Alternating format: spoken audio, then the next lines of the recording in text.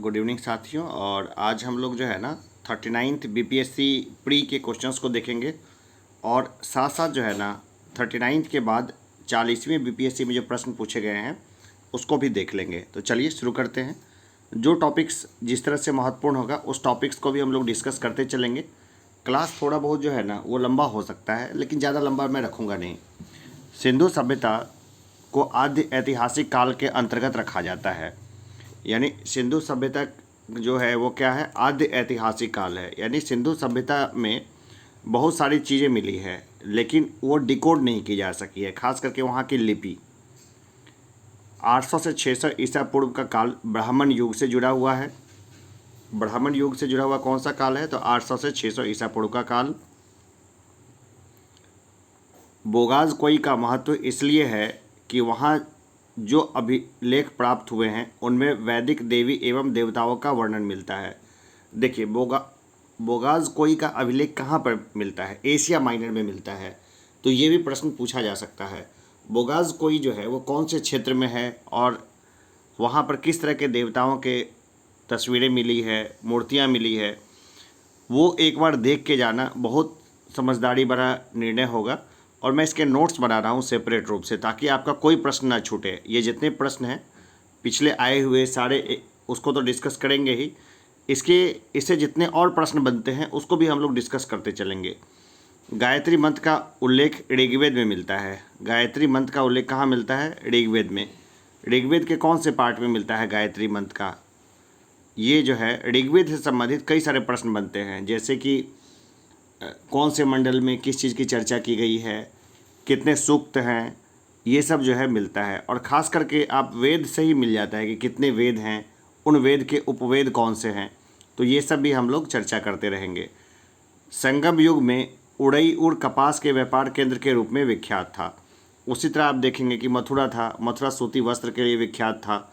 तो कुछ प्रमुख जगह है ना उसको तो ध्यान में रखना ही जरूरी है। और देखिए आजीवक संप्रदाय के संस्थापक मक्खली गोसाल थे। यह मोखली लिखा हुआ है, एक ही बात है, कहीं पे मक्खली गोसाल लिखा हुआ रहेगा। तो अलग अलग संप्रदाय है, उसकी स्थापना किसने की वो एक बार देख लीजिएगा। मैंने एक अलग से वीडियो बना रखा है और एक बढ़िया जो है कंटेंट पर मैं फिर से दोबारा भी बना दूंगा। भागवत संप्रदाय के विकास में गुप्तों की देन अत्यधिक है। भागवत संप्रदाय जो है उसके विकास में किसकी देन अत्यधिक है, तो गुप्तों की। रुद्रदामन का जूनागढ़ अभिलेख से यह साबित होता है कि चंद्रगुप्त का प्रभाव पश्चिम भारत तक फैला हुआ था। देखिए रुद्रदामन का जो जूनागढ़ अभिलेख है ना, उसे यह साबित हो गया है कि पश्चिम भारत में जो है चंद्रगुप्त का प्रभाव जो है वो फैला हुआ था।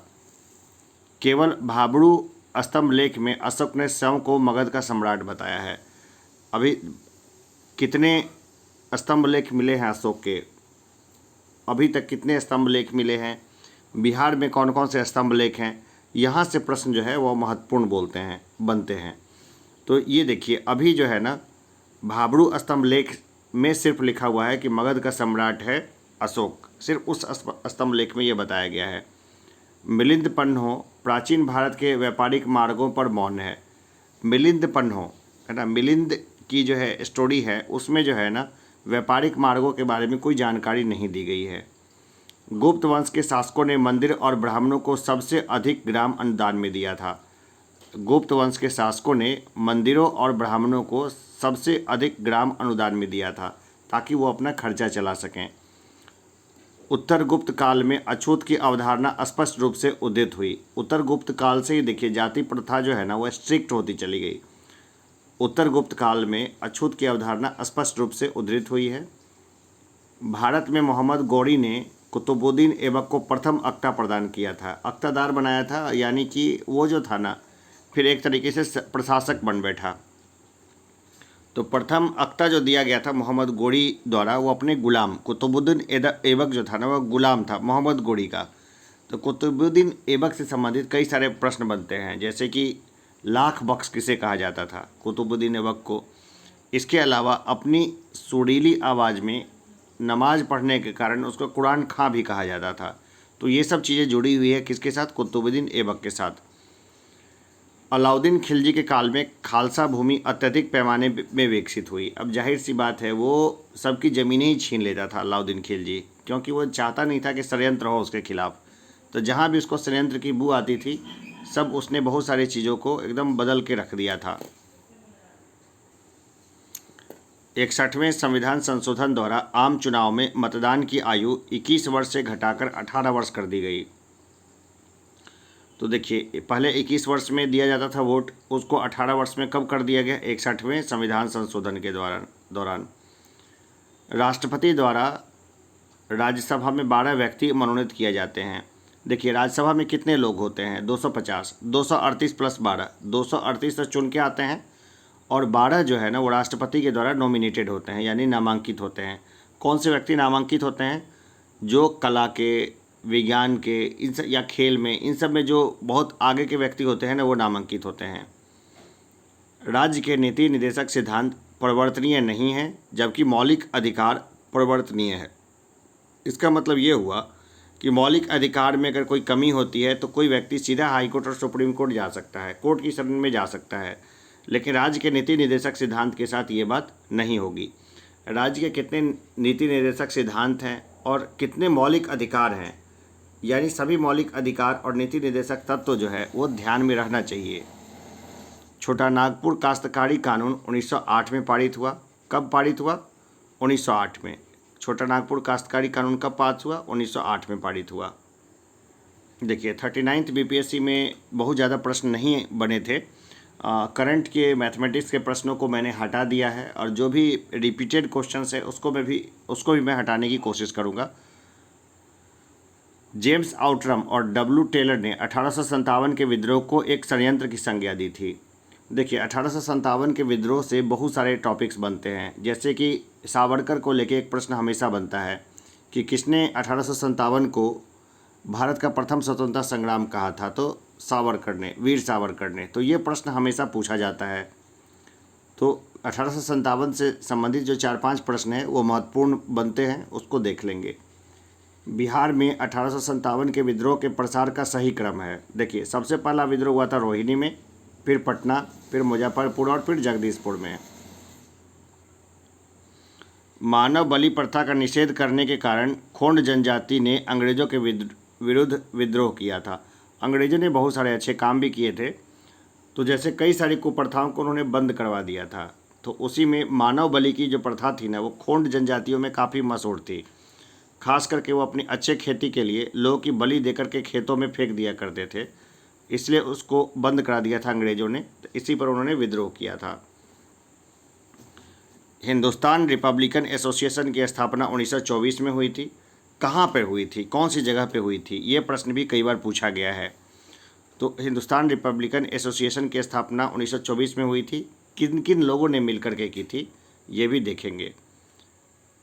भारतीय राष्ट्रीय कांग्रेस की प्रथम महिला अध्यक्ष एनी बेसेंट थी, लेकिन प्रथम भारतीय महिला अध्यक्ष जो थी वो थी सरोजनी नायडू। तो कभी भी शब्दों के हेरफेर में फंसाया जा सकता है। 1-2 क्वेश्चन का पढ़ा हुआ भी हो तो 1-2 क्वेश्चन का लॉस बीपीएससी करवाने की कोशिश करेगी, उलझना नहीं है। ज्योतिबा फुले ने 1873 में सत्यशोधक समाज की स्थापना की थी। ज्योतिबा फुले बहुत बड़ा नाम है ये। तो ज्योतिबा फुले कहाँ के रहने वाले थे? उन्होंने कौन सी कॉलेज की स्थापना या स्कूल की स्थापना की थी? उसका नाम क्या था? ज्योतिबा फुले जो हैं वो दंपति में हस्बैंड कौन था, वाइफ कौन था, ये सभी नाम जरूरी है जानना। 1905 के सावित्री फुले नाम था, ज्योतिबा फुले नाम था। तो ये सब जानना जरूरी है, क्योंकि बहुत सारे यूनिवर्सिटी जो है ना और दलित मूवमेंट बड़े पैमाने पर जो है वो ज्योतिबा फुले की देन है। 1905 के स्वदेशी आंदोलन में कृषक और मुसलमान मुख्यतः अप्रभावित रहे, दोनों ने भाग नहीं लिया स्वदेशी आंदोलन में। और देखिए ये बंग भंग के अगेंस्ट में किया गया था स्वदेशी आंदोलन। तो बंग भंग को एक बार पढ़ लेना, समझ लेना बहुत ज़रूरी है। तिलक, एनी बेसेंट और सुब्रमण्यम अय्यर की होम रूल लीग की स्थापना में महत्वपूर्ण भूमिका रही है। देखिए 2 होम रूल मूवमेंट था, एक एनी बेसेंट का जिसका मुख्यालय कहीं और था और दूसरा था जो उनके कॉन्ट्रेरी का। तो दोनों जो होम रूल मूवमेंट था ना वो अलग अलग जगह चल रहा था, अलग अलग तरीके से, लेकिन उद्देश्य एक ही था। तो दोनों को समझ लेना जरूरी है। ये सारे टॉपिक्स, जो टॉपिक्स मैं यहाँ पे छोड़ रहा हूँ ना, ये सारे टॉपिक्स मैं अलग से कराऊंगा, अच्छे तरीके से कराऊंगा, सब समझ में आ जाएगा। अभी तो मैं रेगुलर वो जो प्रश्न पूछे गए हैं वही करा रहा हूँ, और ये टॉपिक्स भी करा दूंगा ताकि कोई प्रश्न छूटे नहीं। महात्मा गांधी ने खिलाफत आंदोलन को हिंदू और मुसलमानों की एकता का ऐसा अवसर के रूप में देखा जो 100 वर्षों में भी प्रस्तुत नहीं होगा। देखिए, खिलाफत आंदोलन में जो है ना, गांधी जी एकदम टूट पड़े थे। बहुत सारे लोग कहते थे इसे सांप्रदायिकता का जन्म होगा, लेकिन गांधी जी ऐसा सोचते थे कि इससे मुसलमानों का वो जो है ना विश्वास जीत पाएंगे। खलीफा का अपमान कर दिया था अंग्रेजों ने, इसलिए खिलाफत आंदोलन शुरू हुआ था।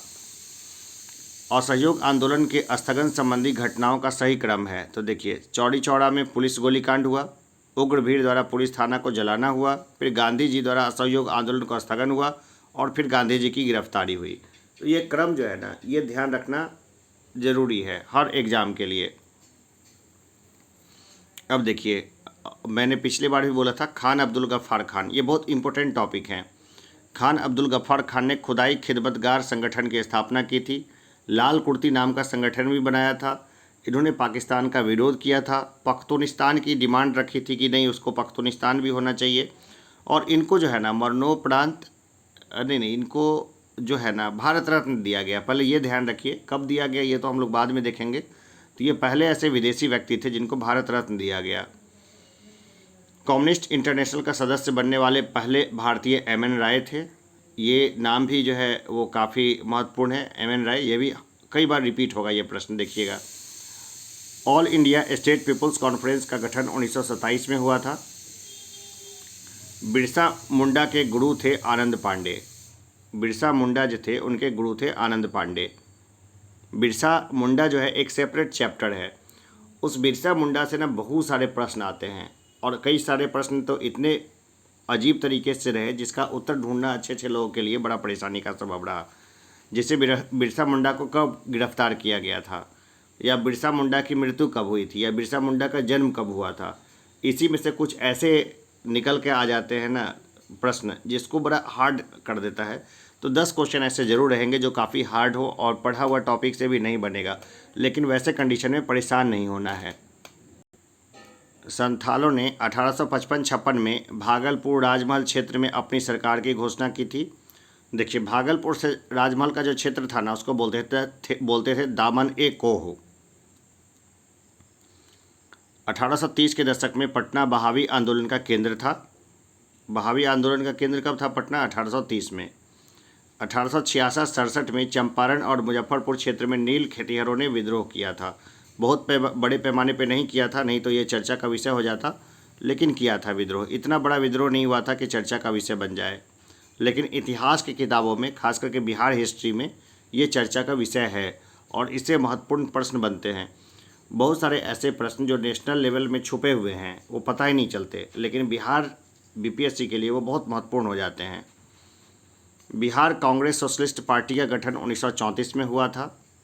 ये पूरा टॉपिक है, उसकी एक पूरी प्रोग्रेस है, पूरी यात्रा है, और खास करके स्वामी सहजानंद सरस्वती जो है ना वो बहुत महत्वपूर्ण टॉपिक है, तो उनके बारे में हम लोग पूरा अच्छे से देखेंगे। सौर ऊर्जा वैकल्पिक ऊर्जा का सबसे बड़ा संग्रहकार है। सौर ऊर्जा जो है ना वो वैकल्पिक ऊर्जा का सबसे बड़ा स्रोत समझ लीजिए। नाइट्रस ऑक्साइड NO2 हास्य गैस है, ये डॉक्टर इसको काम में लेते हैं, खास करके बेहोश करने में। जल की अस्थायी कठोरता का कारण है कैल्शियम तथा मैग्नीशियम के क्लोराइड एवं सल्फेट।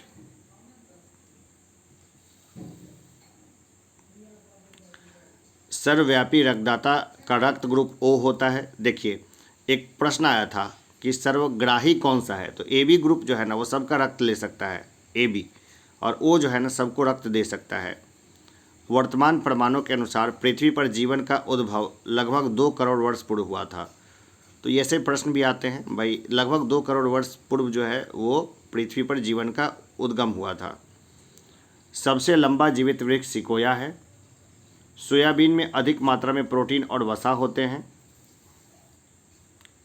वन रोपण द्वारा मृदा अपरदन को रोका जा सकता है, यानी कि अगर खूब सारे जंगल लगाए जाएं तो क्या होगा, मृदा अपरदन को रोका जा सकता है, यानी कि भूमि का कटाव नहीं होगा अनावश्यक रूप से।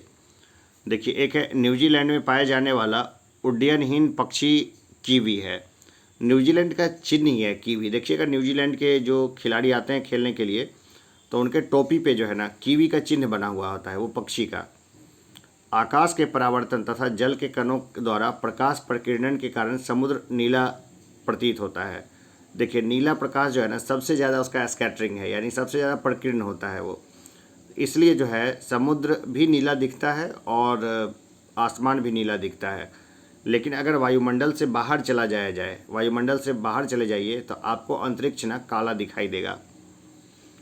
तेज हवा वाली रात्रि में वाष्पीकरण की दर तेज होने के कारण ओस नहीं बनती है। जिस दिन तेज हवा रहेगी उस रात में देखिएगा ओस नहीं बनेगी।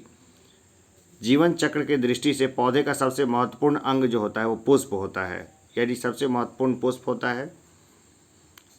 आर्कियोप्टेरिक्स जुरासिक युग के सर्वपुरातन पक्षी है।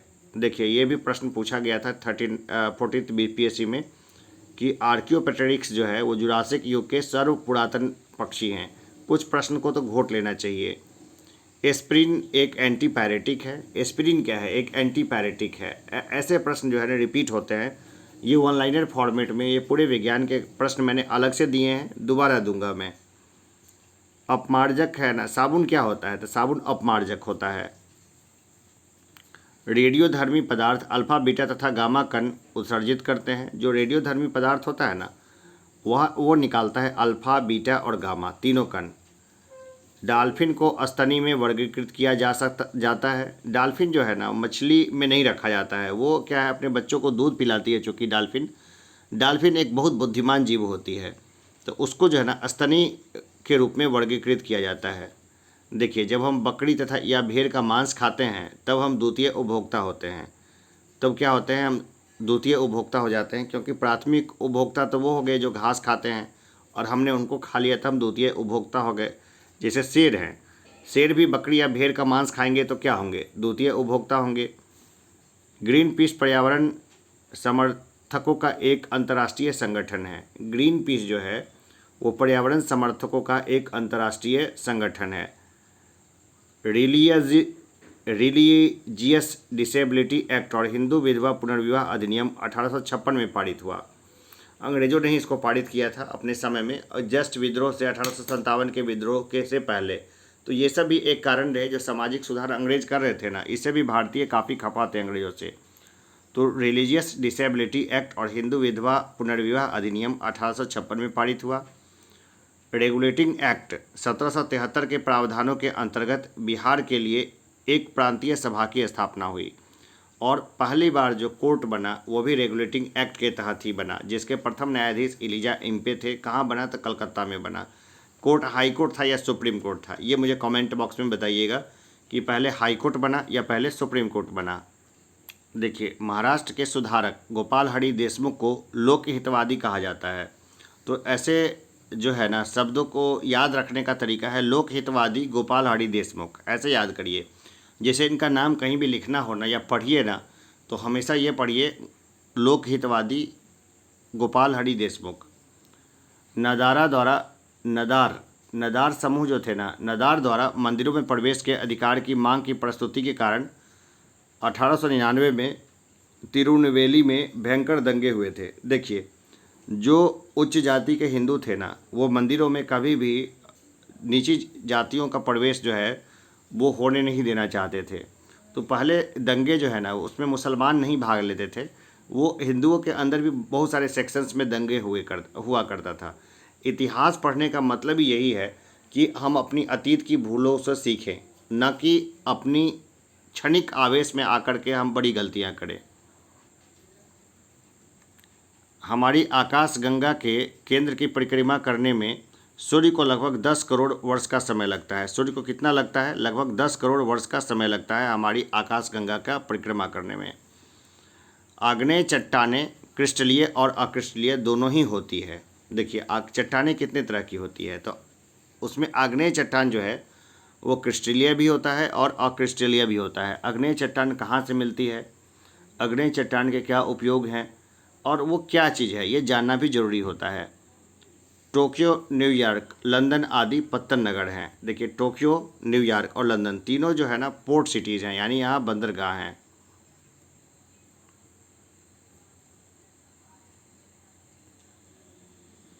पारिस्थितिकी संतुलन बनाए रखने के लिए न्यूनतम वनावरण संपूर्ण भूमि का 33% अनिवार्य है। भारत में नहीं है, 33% होना चाहिए। अगर 33% अगर वन होंगे ना तो कार्बन सिंक हो जाएगा, नहीं तो देख ही रहे हैं ग्लोबल वार्मिंग बहुत परेशानी होती है। अभी मैं पंखा बंद करके जब ये वीडियो बना रहा हूँ ना, ताकि पंखा कोई नॉइज़ ना आए, तो बहुत परेशानी हो रही है। पत्थर के कोयले यानी लिग्नाइट के भंडार में चीन विश्व में अग्रणी है। पत्थर के कोयले के भंडार में चीन विश्व में अग्रणी है। और ओवरऑल देखा जाए तो अमेरिका में बहुत बड़े जो है कोयले का भंडार है। लेकिन चलिए इसमें चूँकि बहुत ज़्यादा कन्फ्यूजन है, कई सारे सोर्स से अलग अलग चीज़ें आती है, और बीपीएससी ने अभी जो है ना सीडीपीओ में ये उत्तर इसको माना है अमेरिका को, कि अमेरिका में बहुत बड़े कोयले का भंडार है। कृष्णा गोदावरी डेल्टा के को भारत का चावल का कटोरा क्षेत्र कहा जाता है। कृष्णा गोदावरी का जो डेल्टा है ना उसको भारत का चावल का कटोरा कहा जाता है। लूनी एक भूमि बंधित नदी है, कच्छ के रण में जाके गायब हो जाती है। ये लूनी जो है ना एक भूमि बंधित नदी है, यानी किसी समंदर में नहीं गिरती है, ये भूमि में ही गुप्त हो जाती है, भूमि में ही लुप्त हो जाती है। ये भारत के सबसे बड़ी वाह नदी गंगा है। भारत की देखिए, भारत के अंदर बहने वाली जो है ना वो सबसे बड़ी नदी है वो गंगा है। और भारत से होकर बहने वाली सबसे लंबी नदी जो है वो ब्रह्मपुत्र हो जाएगी। माड़मा गोवा पत्तन गोवा में स्थित है। माड़मा गोवा जो है पत्तन वो कहाँ स्थित है, तो ये गोवा में स्थित है। भारत में सबसे महत्वपूर्ण मत्स्य उद्योग अपतट यानी कोस्टल रीजन में है। जाहिर सी बात है कोस्टल रीजन ही हो सकता है। बिहार में पहली चीनी मिल मोतिहारी में स्थापित हुई। गंडक, सोन, घाघरा और पुनपुन नदियाँ बिहार में गंगा से मिलती है। बिहार में गंगा से कौन कौन सी नदी मिलती है, तो गंडक, सोन, घाघरा और पुनपुन। एक पूरा मैप है ना, उसके ज़रिए ये सब चीज़ें हम लोग डिस्कस कर लेंगे अच्छे तरीके से। विश्व का सर्वोत्तम खनिज अभ्रक हजारीबाग से प्राप्त होता है। विश्व का सर्वोत्तम खनिज अभ्रक जो है ना वो कहाँ से प्राप्त होता है, हजारीबाग से।